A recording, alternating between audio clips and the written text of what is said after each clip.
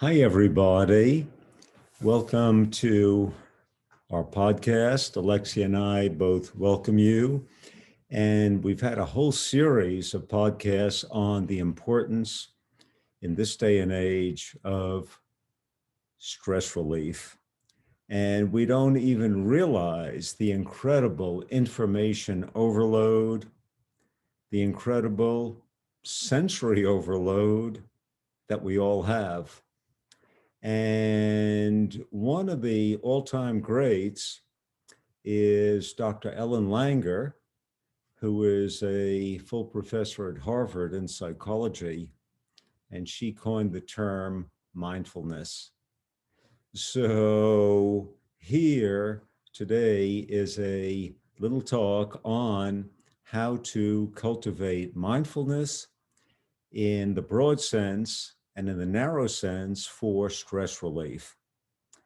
And it's a topic which is sitting there. It's available for everyone, but a lot of people are not too familiar with it. So here's the historical context. In the 1950s, there was a great psychiatrist, Dr. John Lilly. He was the first one that communicated with dolphins, and he was head of the National Institute of Mental Health in Bethesda. And he was investigating on humans the effect of sensory deprivation. Even the word sounds, woo, sensory deprivation, sounds bad.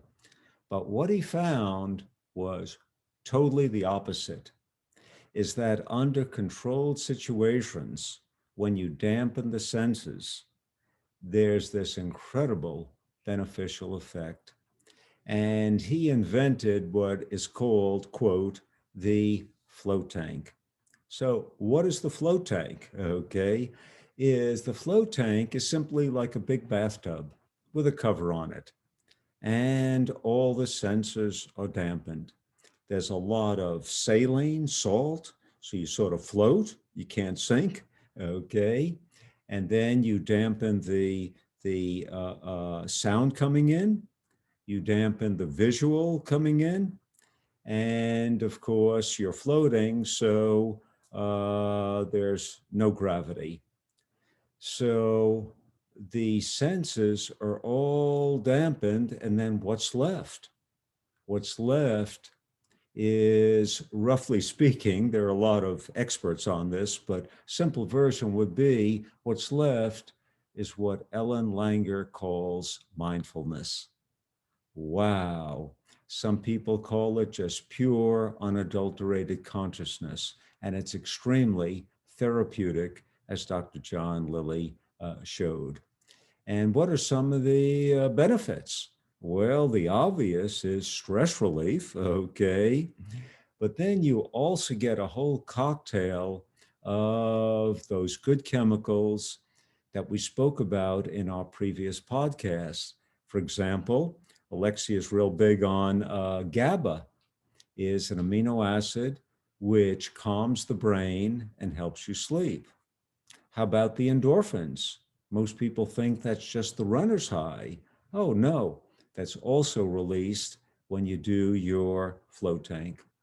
Number three would be endocannabinoids, fancy language that the brain actually produces a tiny, tiny amount of the active ingredient in marijuana grass. Wow.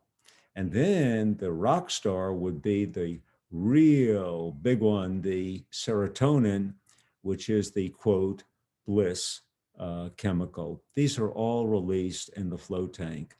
How about the muscle tension?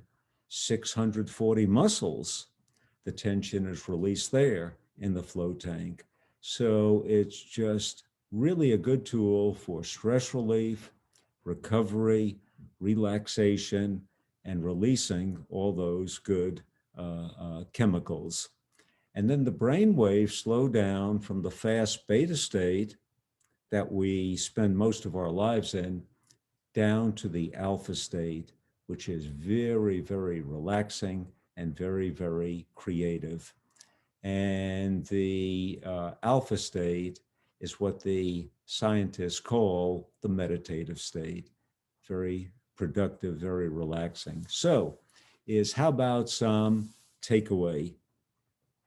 And you could thank Alexia for this one, because in our discussion before the podcast, is Alexia mentioned something really important. She said, Joel, in this day and age, with all the obvious pandemic and all that, is the float tank might be just a little dicey. So Alexia suggested this: to recreate your own quote float tank at home. Now, this would be a facsimile, of course. You'd be getting a lot of benefits, okay, in the comfort of your own home. So, on your own bed, okay, lie down. So, right off the bat, you're dampening gravity. Number two, Alexia uses eye shades, so you're dampening the effect of light. Number three, I personally use earplugs, so you're dampening the effect of sound. Okay. And Alexia also mentioned that just adjust the blankets so you're neither too hot nor too cold. So that way you dampen the effect of temperature swings. Oh, okay. So what you have is a beautiful facsimile of a float tank there, whereby you dampen all the major senses for rest and rejuvenation, okay? And what's left is that beautiful state of mindfulness, of pure consciousness, which has an incredibly beneficial effect on the mind and body. So, again, Alexia and I thank you so much for tuning in to our podcast, and we will look forward to seeing you tomorrow. Have a great day, and thank you. Bye bye.